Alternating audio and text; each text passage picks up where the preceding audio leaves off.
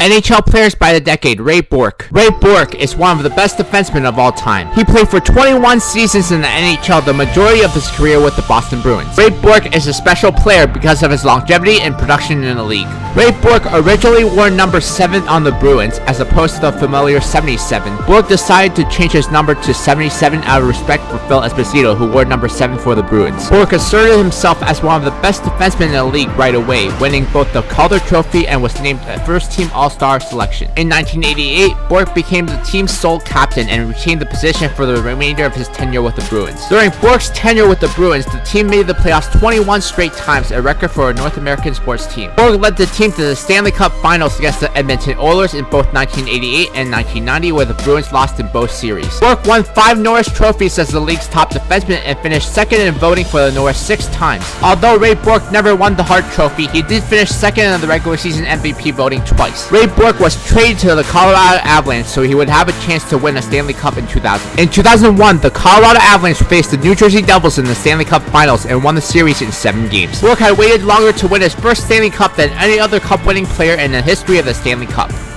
Ray Bourque currently holds the record for most goals, assists, and points by a defenseman. Ray Bourque finished his career with 410 goals, 1,579 points, and 1,612 games. The numbers Ray Bourque put up speak for itself. He could be the greatest Bruin of all time. This is why Ray Bourque is a player who represents a decade. Next on NHL Players by the Decade, Patrick Waugh.